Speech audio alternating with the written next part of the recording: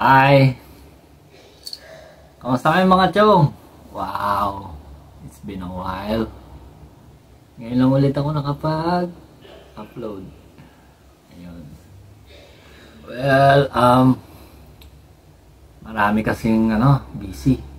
Busy sa trabaho. Tapos, yun nga. Kukwento ko lang sa inyo kasi nung last month, August,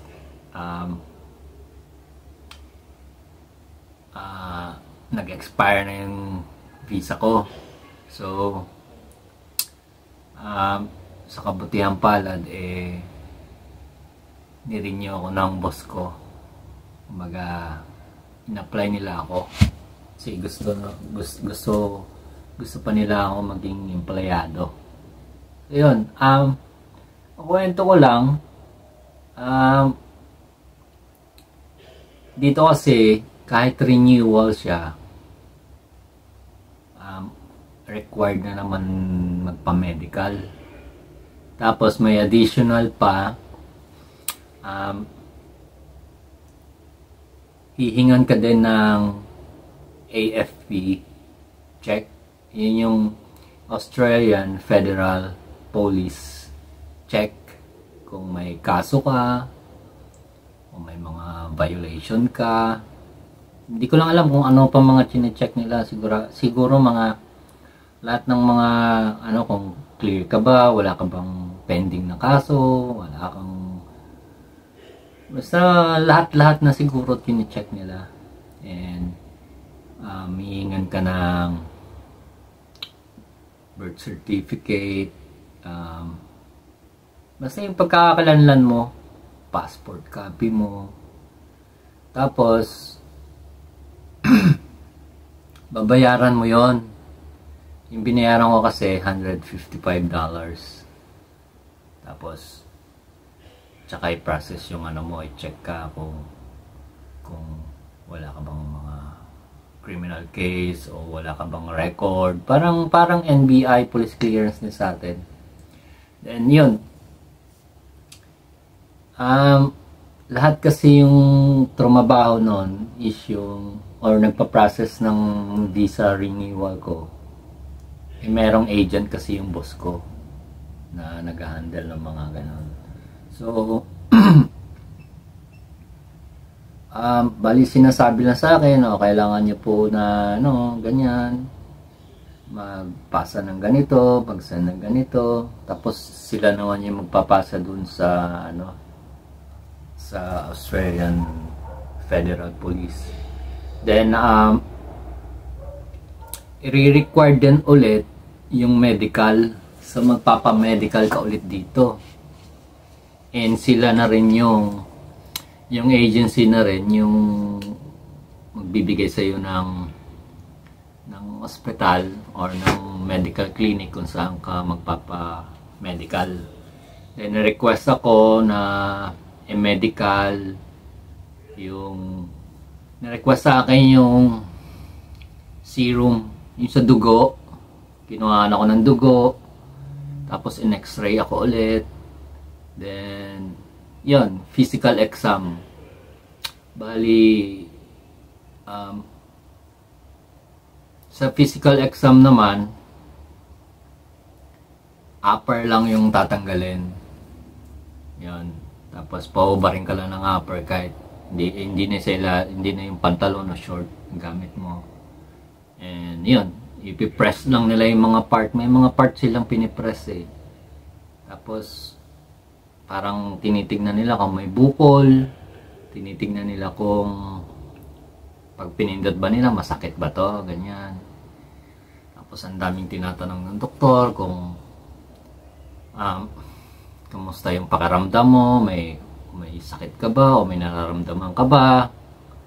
Tapos tatanungin din ng doktor kung may history ba ng tuberculosis yung pamilya, o may namatay ba sa ganon, may namatay sa ganito, o merong nagkakasakit ng ganito sa pamilya. More on yung mga nakakahawa, like TB nga, tapos yung HEPA, tapos syempre Yung sa mga sexually transmitted disease naman, makikita naman sa dugo yun. So, ang daming dugo yung kinuha, like isang malaking injection, medyo halos mapuno na yun. Kinuha sa akin dugo. Tapos yun, parang bumalik lang sa dati yung yung feeling nung nandun pa sa Pilipinas, yung nagpa-medical ako noon. Parang nag-flashback ba lahat na, uy, hindi pala ganun kadali, na parang kala mo wala nang medical pag na-renew ka. So yun, advice ko lang sa inyo na pag halimbawa patapos na yung kontrata nyo, i-renew kayo, halimbawa dadaan ulit kayo sa medical at yung Australian Police, Federal Police na mag-check sa nyo kung meron kayong mga pending case or something. Tsaka yun, sa payment, unfortunately, siyempre bayad ulit ako dun sa boss ko kasi hindi ko alam. Ang binayad ko ng binayaran ko naman ngayon sa kanya is nasa 4,500. Tapos yung medyo lang kasi installment basis yon. So weekly, pag sweldo, binabawas. Mga 6 months siguro ang bawas na yun kasi maliit lang. 100 a day, a week. So yun, nagulat nga rin ako kasi, may medical ulit. Yung gano'n. Parang kinabahan ulit ako kasi syempre may bisyo tayo, nag-EOC, may inom. Ang ginawa ko naman, prior dun sa medical ko, like 2 days before, syempre nagtutulog ka, hindi ka nagpupuyat, medyo bawas sa sigarilyo, sa alak. Tapos nung day na mismo, kasi sa hapon yung launa, nung gabi ako kumain, then nung umaga hanggang tanghali hindi na ako kumain, puro tubig lang ako. So yun, saka feeling ko naman wala naman akong nararamdaman na pero hindi ka pa rin sigurado kasi alam na. Ayun, ganon din ang nangyari.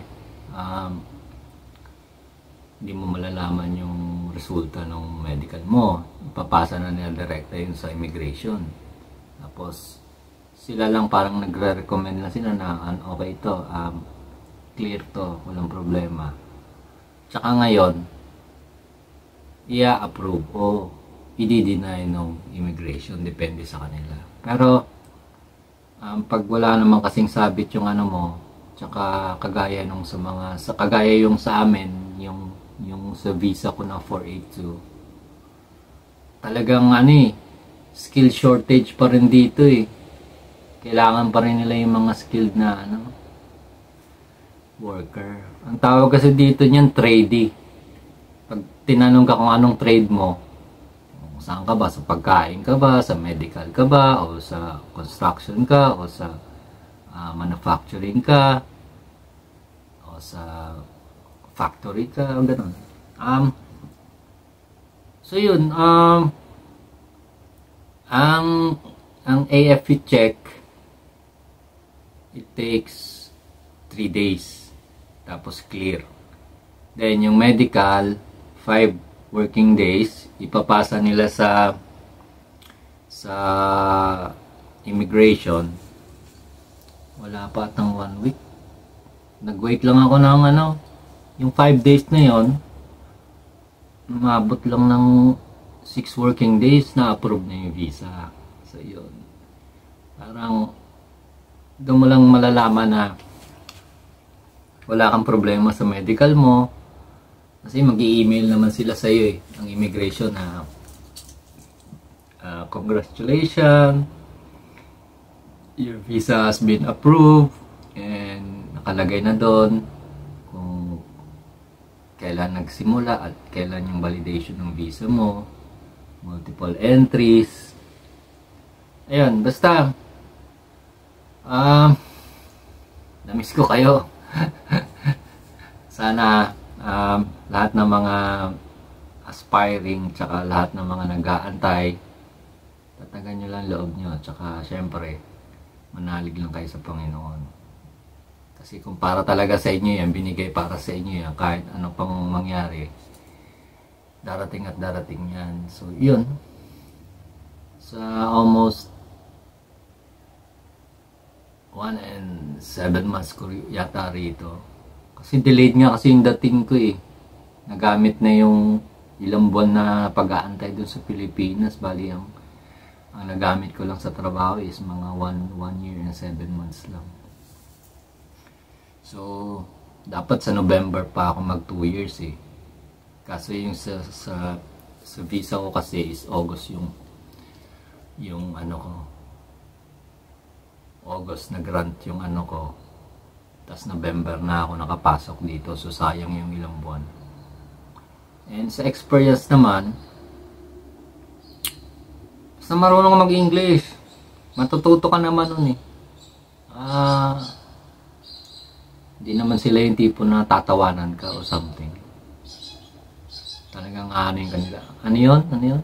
Sorry, parang pag hindi nila maano, hindi ka nila tatawanan pag hindi ka nila naintindihan. Kaya feeling ko lang din, ito talagang Australia ang pinakamahirap intindihin kasi sobrang slang, ang dami pa nilang mga words na bago na ngayon mo lang maririnig. May mga tawag sila sa mga lugar o pagkain. Basta meron silang ano, parang yan, kakaiba yung ano nila. Pero pag nasanay ka naman okay naman na. And sa experience ko naman dito, mabait naman yung mga kasama ko. Talagang i-guide ka rin naman kung anong hindi pwedeng gawin, ano ang tama, ano ang hindi, gano'n. Na huwag ka dyan, o huwag ka doon, o huwag mong gawin to, mga gano'n. Nalalayan ka naman nila. And yun, basta sanayan lang, gano'n naman talaga sa una. Importante, may trabaho, tapos tuloy-tuloy, tapos kumikita tayo, di ba? Ayan, pasalamat nga ako na-renew yung kontrata ko, na-renew yung visa ko. Okay lang din kahit magbayad ulit. And yun lang naman yung sasabihin ko sa inyo. And siguro mag-try na ako mag-upload ng mga, minsan may mga trabaho sa mga site. Try ko mag-video tapos para malibang-libang naman kayo, para meron naman kayong upper hand, halimbawa pagpapunta pa lang kayo dito kung ano mga meron. Nasa Perth pala ako, Western Australia. Ayan. 45 minutes papunta sa city, yung pinaka city, yung CBD talaga nila, ang Central Business District nila. Kasi medyo ano pa kami, malayo-layo pang konti sa city. 45 minutes pang biyahe. So yun mga chong, good luck sa inyo at na-miss ko kayo at sige lang, mag-message lang kayo para kung ano yung mga nag-agam-agam nyo medyo gumaan-gaan ng konti. Tutulungan ko kayo kung anong mga pinagdaanan ko, ano yung mga process na inabot ko, parang so yan. Ingat kayo palagi at huwag nyo kalimutan manalangin. Yun lang talaga yung direct line natin sa taas. Walang ibang tutulong sa atin, yun lang ang Yahweh lang sa taas. So ingat kayo palagi. Bye mga chong.